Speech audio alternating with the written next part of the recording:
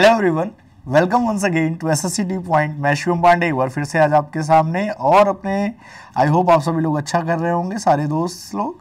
तो आप सभी को पता है कि शेयर मार्केट की सीरीज चल रही है इकोनॉमिक्स के पार्ट में, और उसी में आज मैं एक बड़ा इंपॉर्टेंट टॉपिक लेके आया हूँ, म्यूचुअल फंड्स। ये आप स्टूडेंट हो या आप सीनियर हो, घर के पेरेंट हो, कोई भी ये वीडियो देख रहा हो तो कोई गलत बात नहीं, आप सही जगह आए हैं। म्यूचुअल फंड्स आप सुनते रहते हैं, डेली न्यूज़ में आता रहता है भाई, डेली एडवर्टाइजमेंट आता है कि म्यूचुअल फंड्स में निवेश करें, फिर लिख के आता है म्यूचुअल फंड्स बाजार जोखियों के अधीन है, कृपया सोच के करें। लेकिन मोस्ट ऑफ द स्टार्स लेके सचिन जी से लेके बड़े सारे स्टार कास्ट और स्पोर्ट्स प्लेयर इसके ऐड करते हैं, और कई लोग कहते हैं कि म्यूचुअल फंड में निवेश सही है। तो पहले समझिए म्यूचुअल फंड होते क्या हैं। आप जान लेते हैं कि भाई, पहले आप समझ लेते हैं कि म्यूचुअल फंड क्या होता है। निवेश करने से पहले हमें पता होना चाहिए कि म्यूचुअल फंड होते क्या हैं और ये वर्क कैसे करते हैं। लिखा है, these are specialised investment institution who pool the money of many individual investor and combine them in a fairly large and well diverse portfolio management। कहने का मतलब, ये पूरी लाइन अभी आपके समझ में नहीं आई, सीधी लैंग्वेज में ये है, और सिंपल लैंग्वेज में मैं आपको समझाऊं तो समझिए कि मान लीजिए आपको एसआर मोटर्स या आपको एमआरएफ टायर्स, ये कुछ ऐसी कंपनीज हैं जिनके शेयर ना 40,000, एक शेयर का रेट 20,000, ऐसे ऐसे शेयर के रेट है, और आप पैसा कमाते हो। आप एक मिडिल क्लास फैमिली से हो भाई, मिडिल क्लास फैमिली से हो मेरी तरफ, और आपकी अपनी कुछ सेविंग्स होती हैं, लेकिन आप चाहते हो कि बैंक अकाउंट में रखने पे 2-3% का इंटरेस्ट रेट मिलेगा, मुझे इस पे थोड़े पैसे कमाने हैं, तो मैं आपका अपना पैसा इन्वेस्ट करना चाहता हूँ। मुझे शेयर मार्केट की नॉलेज नहीं है, मुझे शेयर मार्केट की कोई नॉलेज नहीं है, ना ही मेरे पास इतना टाइम है कि मैं बैठ के एनालिसिस करूं। मैं अगर आप किसी एक्सपर्ट के पास जाते हो शेयर मार्केट के, तो आपके पास या तो लाखों करोड़ों हो, लेकिन आपकी डेली की बचत महीने की 500 है, 1000 है। इतने के लिए कोई एक्सपर्ट आपसे बू नहीं लगाएगा, आपको बोलेगा तुम्हारे 1000-2000 से ज़्यादा तो मेरी फीस है 2 मिनट की, तुम क्या ही शेयर खरीदोगे। लेकिन भाई मुझे पैसे बनाने हैं, मुझे लॉन्ग टर्म में मेरे बच्चे की शादी है, मेरे बच्चे का एजुकेशन है, मुझे घूमने जाना है, मुझे पैसे चाहिए, मेरे जो सेविंग्स है उसमें पैसे चाहिए फ्यूचर में। तो इसके लिए आते हैं कौन? म्यूचुअल फंड आते हैं। कौन आते हैं? म्यूचुअल फंड आते हैं। म्यूचुअल फंड वाले, एक म्यूचुअल फंड अपने आप में एक ट्रस्ट की तरह ऑर्गेनाइज किए जाते हैं, ये किसी प्राइवेट लिमिटेड कंपनी की तरह ऑर्गेनाइज नहीं किए जाते। म्यूचुअल फंड ट्रस्ट बनता है, और म्यूचुअल फंड ट्रस्ट वाले करते क्या है? देखो यार, अब आप इन कंपनीज के शेयर तो नहीं ले सकते, लेकिन म्यूचुअल फंड कहते हैं कि हम स्मॉल सेविंग्स जो आपकी होती है, भाई म्यूचुअल फंड ने बोला आप, आपके दोस्त, आपकी फैमिली, और ऐसे इंडिया की 140 करोड़ पॉपुलेशन में से अगर 4 लाख लोगों ने भी इस म्यूचुअल फंड ट्रस्ट में इन्वेस्ट किया, और मैं एग्जांपल दे रहा हूं अभी बस, और उसने केवल 500-500 रुपए सबने देना शुरू किए, तो 4-5 20 2 करोड़ रुपए आ गए। अब वो पर्सन तो ये शेयर और फिर ये ट्रस्ट पे आ गए। इस ट्रस्ट के पास, म्यूचुअल फंड के पास एक्सपर्ट होते हैं। ये क्या हायर करते हैं? Financial expert. ये फाइनेंशियल एक्सपर्ट की फीस बड़ी महंगी होती है, आप हम एफोर्ड नहीं कर सकते, करोड़ों लेते हैं, लाखों लेते हैं। और इनकी एक रिसर्च टीम होती है। इनकी क्या होती है? रिसर्च टीम होती है। और ये रिसर्च टीम और ये फाइनेंशियल एक्सपर्ट की पहुंच बड़ी बड़ी कंपनियों तक होती है। हमसे आपसे कोई बड़ा रिलायंस का ऑफिसर बात नहीं करेगा हायर मैनेजमेंट, बट इससे बात करेगा, क्योंकि पता है कि एक म्यूचुअल फंड कंपनी में काम करता है, ये वहां पे क्या है? एक्सपर्ट है, ठीक है, फाइनेंशियल एक्सपर्ट है। इसको सैलरी कौन देगी भाई? इसको सैलरी देगी ये म्यूचुअल फंड का जो भी मालिक है, ये इसको सैलरी देगा, ये इसकी सैलरी देगा, और क्या करेगा? ये 500-500 रुपए 2 करोड़ रुपए लगे, और 2 करोड़ रुपए उसने अलग अलग कंपनी के शेयर में लगा दिए। अब आपका यही 500 रुपए हो सकता है 10 से 12 कंपनियों में लगा हो, आपको खुद नहीं पता, और आपको म्यूचुअल फंड्स की यूनिट दी जाती है कि भाई 500 रुपए की आपकी यूनिट होगी, 10-1000 रुपए की यूनिट होगी, ठीक है। तो आपने म्यूचुअल फंड खोल लिया। अब इन कंपनी के शेयर जब ग्रो करेंगे, तो आपके 500 रुपए का जो भी रेशियो होगा वो भी क्या करेगा? ग्रो करेगा, और इसी ग्रोथ के साथ आपको बेनिफिट्स होते हैं। तो म्यूचुअल फंड्स, आप जैसे हमारे जैसे कई लोगों के पैसे को कलेक्ट करके किसी ऐसी कंपनीज में लगाते हैं जो ग्रो करें, ये इनका काम है। अब आपका कोई सर दर्द है कि ये शेयर मार्केट क्या होता है? नहीं। क्या आपको देखना है टाइम का कि पैसे लगाने? नहीं। आप क्या करते हो? बैंक में एसआईपी होती है। बैंक में क्या होती है भाई? कहते हैं एसआईपी शुरू कर दो, 500 रुपए से भी एसआईपी शुरू की जा सकती है। आपने 500 की एसआईपी शुरू कर दी, बैंक में आपने फिक्स कर दिया कि मेरा इतना पैसा कटेगा, वो ऑटोमेटिक कट के उस फंड में जाता रहेगा। क्या होगा? ऑटोमेटिक उस फंड में चला जाता रहेगा हर मंथ, पर मंथ। अच्छा, कभी कभी एसआईपी बाउंस होती है। अगर एसआईपी बाउंस हो तो कोई बात नहीं है भाई, ये बैंक की ईएमआई नहीं है कि आपके ऊपर 700-800 रुपए वो पेनाल्टी लगा देंगे। नहीं नहीं नहीं, एसआईपी 1 2 3 बाउंस होती है, कोई बात नहीं, उसमें 4 से 5 रुपए का मैंडेट चार्जेस बैंक लेती है। बाकी आपका जब भी आप पैसा डालेंगे फिर वो उसमें कट के चला जाएगा। ठीक है, तो आराम से आपका पैसा जा रहा है। जैसे प्रधानमंत्री बीमा योजना है जिसमें किसानों के लिए पर मंथ 20-25 रुपए डालना है, और एक एज के बाद उनको पैसा मिलेगा, रिटर्न मिलेगा। लॉन्ग टर्म गोल्स होते हैं, 10 साल 15 साल के गोल्स को सेट किया जाता है, जैसा गोल्स हो वैसा लीजिए। अब इसमें तमाम तरह की स्कीम होती है, स्कीम आपको पता होना चाहिए कि वो शॉर्ट टर्म स्कीम है, लॉन्ग टर्म, मिड कैप है, लॉन्ग कैप है, हाई रिस्क है, लो रिस्क है, वो सभी तरह की स्कीम। और केवल ये शेयर मार्केट में कई कई कंपनियों में भी इन्वेस्ट करते हैं। ठीक है, the security and exchange board India mutual regulation 1993 से डिफाइन होता है। A mutual fund is a fund established in a form of trust. मैंने क्या बोला? ये ट्रस्ट, और ट्रस्ट कौन करता है? ये स्पॉन्सर्स करते हैं। आपने सुना होगा ना, Tata mutual fund, SBI mutual fund. हमारे यहाँ विदेशी और इंडियन कई सारी कंपनी है। तो ये टाटा, एसबीआई या आईसीसीआई, ये जो है ये है क्या? ये वही स्पॉन्सर्स हैं। सेबी इसको रेगुलेट करती है। सेबी के बारे में मैंने प्रीवियस लेक्चर में बता दिया। तो सेबी से सारी परमिशन, सारा पेपर वर्क, ट्रस्ट का स्टेबलाइजेशन, इसकी मार्केटिंग, स्कीम का बनाना, ये सारा काम कौन करते हैं? ये स्पॉन्सर्स करते हैं, क्योंकि यही पैसा लगाते हैं। लेकिन ये प्राइवेट लिमिटेड कंपनी की तरह नहीं बनेगी, ये ट्रस्ट की तरह बनेगी। ठीक है, क्योंकि आम जनता का पैसा, और सरकार को पता है कि आम जनता की सेविंग्स कितनी इंपॉर्टेंट है, तो सेबी इस पर कड़ी नजर रखती है। सारे रेगुलेशंस, पॉलिसीज सेबी के थ्रू होके जाएंगे। ये raise money by the trustee through the sale of units of public.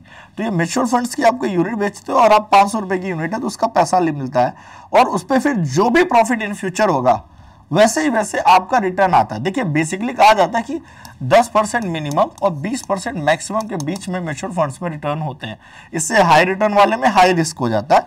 ये वो होता है जो आप सेफ पोर्शन से लेते हो। क्या लेते हो? थोड़े से सेफ पोर्शन से लेते हो। इसका मतलब ये नहीं कि टोटली सेफ है, कुछ रिस्क है, दुनिया में हर जगह रिस्क होता है, लेकिन अदर देन के चक्कर में जैसे आप शेयर मार्केट में चले गए बिना नॉलेज के, अपने हिसाब से शेयर खरीद रहे हो, तो बड़ा पैसा होना चाहिए, और आम जनता की बस की बात नहीं है। ठीक है, under the more scheme for investing the security according to these regulation. तो जो इन्वेस्टर और एक्सपर्ट है वो क्या करेगा? वो जो 2 करोड़ रुपए मिले, वो हो सकता है 20 से 25 कंपनियों के शेयर उसने लिए हो, कि भाई ये नहीं बढ़ा तो ये बढ़ेगा, ये नहीं बढ़ा तो ये बढ़ेगा, ओवरऑल लॉस तो ना हो। किसी एक में लॉस हुआ, दूसरे से रिटर्न आ गया। भाई आपने 10 जगह इन्वेस्ट किया, 3 जगह लॉस चल रहा है, 7 जगह प्रॉफिट चल रहा है, कवर हो गया ना। और वो कोशिश करेगा, वो एक्सपर्ट है, उसका काम वही है।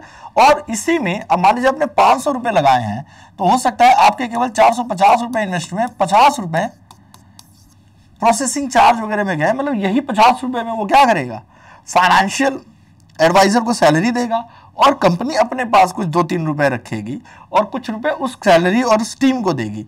तो यही जो 30-40 रुपए का गैप आया है, यही उनकी कमाई है। म्यूचुअल फंड ट्रस्टीज की यही कमाई है, और ऐसे करोड़ों लोग लगा रहे हैं। मतलब जितने ज्यादा पब्लिक पैसा लगाएगी म्यूचुअल फंड्स में, उतना ही ज्यादा उस ट्रस्ट का, म्यूचुअल फंड ट्रस्ट का फायदा होगा, क्योंकि उसको तो उस पर बस कमीशन मिल रहा है, जो प्रॉफिट आएगा वो आपका है, एक्सपर्ट की सैलरी उसकी।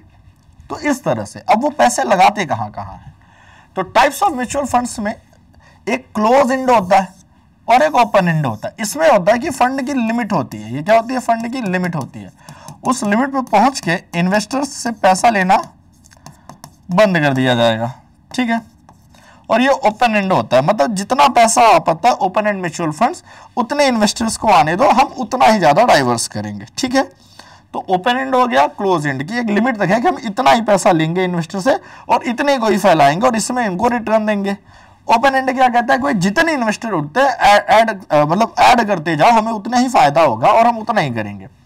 तो under this scheme the corpus of the fund and its duration once the subscription reaches to the predetermined level the entry of investor is close. मतलब इसमें नंबर ऑफ इन्वेस्टर लिमिटेड है, उसके बाद आप इस तरह के म्यूचुअल फंड्स में और ज्यादा इन्वेस्टमेंट नहीं कर सकते। जैसे इनकी लिमिट पूरी हो जाती है, ये कहते हैं नहीं अब हमें और पब्लिक से पैसा नहीं उठाना है और हम अब इसी को मेंटेन करेंगे। ओपन म्यूचुअल फंड्स क्या करेंगे भाई, ये क्या करेंगे, इट्स जस्ट अपोजिट, इनका कुछ भी प्री डिटरमाइंड नहीं होता। The investor are free to buy and sell any numbers of unit at any point of time. Mutual fund में एक चीज है कि भाई जब आपका मन करे आप अपना पैसा वापस ले सकते हैं, रिडम्पशन ले सकते हैं कि भाई मार्केट गिर रही है, मुझे मेरा पैसा दे दो, मेरा हो गया, तो आप म्यूचुअल फंड से पैसा निकाल सकते हो। इसलिए इसे कहा जाता है कि लॉन्ग टर्म में खेलिए, शॉर्ट टर्म में तो उतार चढ़ाव मार्केट में आते रहते। और ये केवल मैंने बोला शेयर मार्केट में नहीं, बड़ी बड़ी कंपनियों में भी इन्वेस्ट करते हैं। मनी मार्केट म्यूचुअल फंड, अब जो मनी मार्केट में लगाएंगे वो क्या करेंगे यार, द मनी कलेक्ट, जो मनी आपसे ये पब्लिक का जो इन्होंने पैसा कलेक्ट किया है इसको ये कहाँ इन्वेस्ट करते हैं, देखिए selling unit and investor in short term debts. अब शॉर्ट टर्म डेट्स क्या होते हैं, जैसे ये ट्रेजरी बिल्स में, गवर्नमेंट बॉन्ड में आपका पैसा लगा देंगे, क्या लगा देंगे, गवर्नमेंट बॉन्ड में। गवर्नमेंट बॉन्ड रिस्क फ्री होते हैं, गवर्नमेंट बॉन्ड रिस्क फ्री होते हैं, इसका मतलब आपका पैसा सही जगह लग गया। कॉमर्शियल पेपर्स हो गया किसी कंपनी के, या बिल ऑफ एक्सचेंज, ये सब एक साल से अंदर के होते हैं। ये क्या होते हैं, मनी मार्केट जब भी होगी शॉर्ट टर्म में होगी, तो एक साल से अंदर में बेनिफिट कमाने के लिए जब पैसे म्यूचुअल फंड आपका पैसा लगाता है तो कहाँ लगाता है, मनी मार्केट में। यहाँ पे अगर गवर्नमेंट सिक्योरिटीज है तो पक्का है कि फिक्स रिटर्न मिलेगा और उसी रिटर्न में से आपका फिर आपका पैसा बढ़ेगा, आप में पैसा जो रिटर्न का एडवांस होगा वो बढ़ जाएगा। ठीक है, दूसरा अगर हम बात करें तो इनकम फंड होता है। Most of its investment will be fixed income securities like debenture. Debenture का मतलब मैंने बताया है कि कर्जदाता, मतलब ये क्या करेंगे, किसी कंपनी का डिबेंचर खरीद लेंगे, किसी कंपनी का बॉन्ड खरीद लेंगे और इस पे क्या होती है, फिक्स इंटरेस्ट मिलता है। क्या मिलता है, एक फिक्स इंटरेस्ट मिलता है। तो income funds have assure fixed income of investment at a regular interval. ये सभी टर्म्स आपको पिछली वीडियोस में जाके देखने पड़ेंगे तो आपको समझ में आएगा कि पैसा कहाँ लग रहा है। तो डिबेंचर में या बॉन्ड में लगा देते हैं तो एक फिक्स रेट ऑफ इंटरेस्ट मिलता है, और फिक्स ऑफ इंटरेस्ट से क्या होता है कि आपके इनकम का सोर्स, मतलब आपने अगर आपका पैसा म्यूचुअल फंड ने इसमें लगाया है तो पैसा क्या है, कंटिन्यू बढ़ता ही रहेगा और आपका सिक्योर माना जाएगा।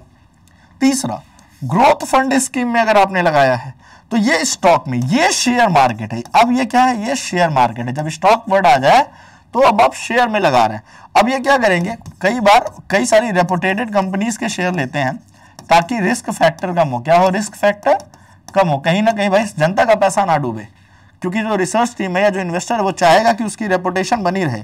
एक बार लॉस हो गया, रेपुटेशन खराब हो गई तो पब्लिक पैसा निकाल लेगी। ठीक है, तो ऑफर प्रॉमिस रिटर्न, तो ये ऐसे कंपनीज में लगाते हैं जो कंफर्म है, जिसे आपको मैंने पढ़ाया होगा ब्लू चिप कंपनी। क्या पढ़ाया था, ब्लू चिप कंपनी के बारे में पढ़ाया था। ब्लू चिप कंपनी क्या होती है, जो हमेशा रिटर्न अच्छा देती हैं, तो वहां पे पैसा लगाते हैं। In this fund scheme there are high risk involve along with the high income. हालांकि कभी कोई इनमें भी डाउन अप होता है तो ये हाई कैप्ड होते हैं। हाई रिस्क कैप्ड का मतलब क्या हो गया कि इसमें क्या होगा, अगर इनकम आई तो बहुत अच्छी आई क्योंकि बहुत अच्छा कमाएगा, और कभी कभी क्या हो जाता है, कम भी हो जाता है। तो जब भी आपको हाई रिस्क लेना हो, जैसे अगर आपका गोल है वैकेशन का, किसका गोल है कि आप एक वैकेशन के लिए एक म्यूचुअल फंड में इन्वेस्ट कर रहे हो, ठीक है, तो आप हाई कैप रिस्क वाला ले लो। उसमें क्या होगा, अगर अच्छा रिटर्न आया तो वैकेशन इटली में मनाओ, कम आया तो कश्मीर में मना लो। भाई कश्मीर भी बेकार नहीं है, इंडिया के अंदर मना लो। मैं कश्मीर की बेइज्जती नहीं कर रहा, एक बात बोल रहा हूँ कि इंडियन रुपीज है, आप ट्रेन से भी जा सकते हो। इटली आने के लिए फ्लाइट का पैसा लगेगा और डॉलर में खर्चा करना पड़ेगा।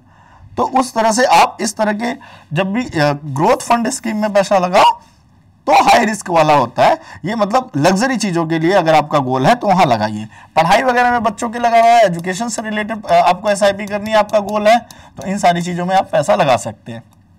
आगे आते हैं, बैलेंस फंड क्या होता है, ये कमाल का होता है। इसमें क्या करते हैं, ये कॉम्बिनेशन होता है ग्रोथ फंड और इनकम फंड दोनों का। ये दोनों तरह के बॉन्ड्स में पैसा लगाते हैं सेम रेशियो में। जैसे 500 रुपए आपका है तो 250 इसमें लगा है, 250 ऐसे लगा है, ऐसे रफली समझिए। हालांकि ये छोटे छोटे हिस्सों में बहुत ज्यादा लगते हैं। यूनिट होल्डर इनकम, अब इसमें क्या होगा, एक तो इसकी इनकम बढ़ रही है कि उस पर जो रिटर्न आ रहा है, दूसरा क्या है, वो कैपिटल गेन कर रहा है क्योंकि उसने इनकम फंड की जगह ग्रोथ फंड में भी पैसा लगाया है।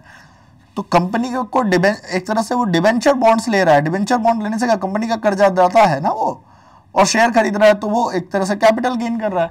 तो इसमें बैलेंस होता है। तीसरा, इक्विटी लिंक्ड शेयर स्कीम, इसमें क्या होता है, अगर आप एक हिंदू अनडिवाइडेड फैमिली से हैं, ग्रुप्ड फैमिली में रहते हैं, संयुक्त परिवार में, तो आपको इनकम टैक्स की धारा 80C के अंदर आपको इनकम टैक्स में छूट मिलती है, डिस्काउंट मिलता है।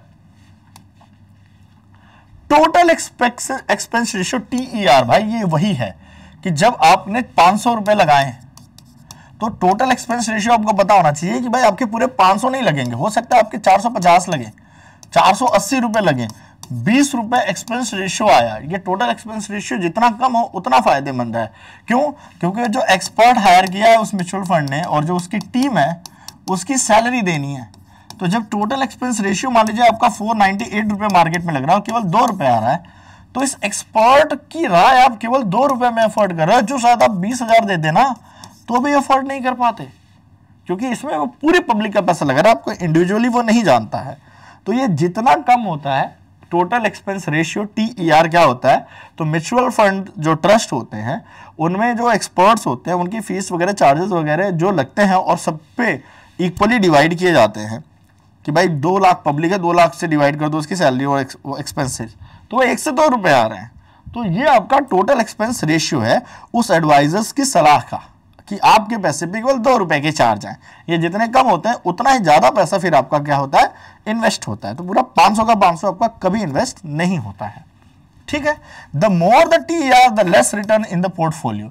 तो TER जिस कंपनीज का कम है, मतलब उसमें काफी लोगों ने इन्वेस्ट कर रखा है, काफी लोगों ने इन्वेस्ट किया, तभी तो उसका TER कम है। अगर TER उसका 1 है, 1 रुपए है, इसका मतलब उसमें ज्यादा लोग ट्रस्ट करते हैं, ज्यादा लोगों ने पैसा लगाया, मतलब कंपनी अच्छा रिटर्न दे रही है। अगर TER मोर है तो आपका रिटर्न कम होगा, क्योंकि 400 रुपए में मान लीजिए भाई 500 रुपए में 450 रुपए लगे, 50 रुपए TER लग गए, बाप रे बाप, तो फिर 450 पे तो रिटर्न कम ही मिलेगा ना आपको। तो इस तरह से समझिए। Mutual funds in India, first mutual fund India was started in 1964 and the unit trust of UTI was first mutual fund set up in all mutual funds UTI Act in 1963 with the SEBI।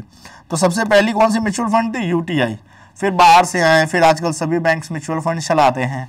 तो मोटी मोटा आपको समझ में आ गया कि mutual fund करते क्या है, आप हमारी जैसी पब्लिक की छोटी छोटी सेविंग्स को इकट्ठा करते हैं, एक एक्सपर्ट बुलाते हैं, उसकी टीम बुलाते हैं, उसकी काफ़ी अप्रोच होती है, उसकी काफ़ी नॉलेज होती है, वो शेयर मार्केट में लॉन्ग टर्म शॉर्ट टर्म किसी कंपनी में, किसी अदर फार्मा कंपनी सूटिकल कंपनी में वो पैसा लगाता है, उनको पूंजी देता है, जब वो रिटर्न आता है तो इनको मिलता है, उसमें से एक्सपर्ट की सैलरी जाती है, कंपनी का TER जाता है, टोटल एक्सपेंस रेशियो, उसमें 1-2 रुपए उनकी कमाई होती है, बाकी का जो रिटर्न मिलता है वो आपको मिलता है। SIP क्या होती है मैंने समझा दिया, बैंक से आप लगा दीजिए, उसके बाउंस होने पे ज़्यादा चार्जेस नहीं लगते हैं। अपने गोल्स को सेट करके अपना पोर्टफोलियो बना लीजिए। पोर्टफोलियो का मतलब यही होता है इन्फॉर्मेशन, कि आपने कितना पैसा कहाँ लगाया है, कितना पैसा आपको रिटर्न मिला है, कब आपने कमाई की है, कब आपका लॉस है, पूरी इन्फॉर्मेशन होती है। कई सारी कंपनीज आपका पोर्टफोलियो वगैरह सब बनाती हैं और आपसे चार्ज लेती है। अगर आपके पास पैसे हैं और आप इन झंझटों में नहीं पड़ना चाहते हो तो ऐसी कई कंपनियां मार्केट में हैं जहां आप बोल दीजिए वो आपका सारा काम करेंगे, आपका पोर्टफोलियो बनाएंगी, आपका पैसा लगाएंगे, आपका रिटर्न मेंटेन, सब कुछ मेंटेन करेंगे। आपको बस उनको पैसे देने और आपका रिटर्न आपके पास टाइम टू टाइम आता रहेगा, उसका वो अपने चार्जेस या कमीशन लेंगे। तो सभी तरह की फैसिलिटीज मार्केट में अवेलेबल है। आज के बाद से आपको म्यूचुअल फंड्स के बारे में दिक्कत नहीं होगी। टाइप्स ऑफ म्यूचुअल फंड, कहाँ इन्वेस्ट करना है, कहाँ नहीं करना, ये मेरी राय अभी नहीं है इसमें, वो आप अपने हिसाब से देखें कि आपकी क्या गोल है। गोल्स के हिसाब से हाई कैप मिड कैप लेने हैं, ठीक है, या जो भी लेना है वो आप लीजिए। और कैसे म्यूचुअल फंड वर्क करता है यहीं पे और होता है। तो आज के लिए इतना ही, मिलते हैं आपसे नेक्स्ट लेक्चर में। Bye everyone.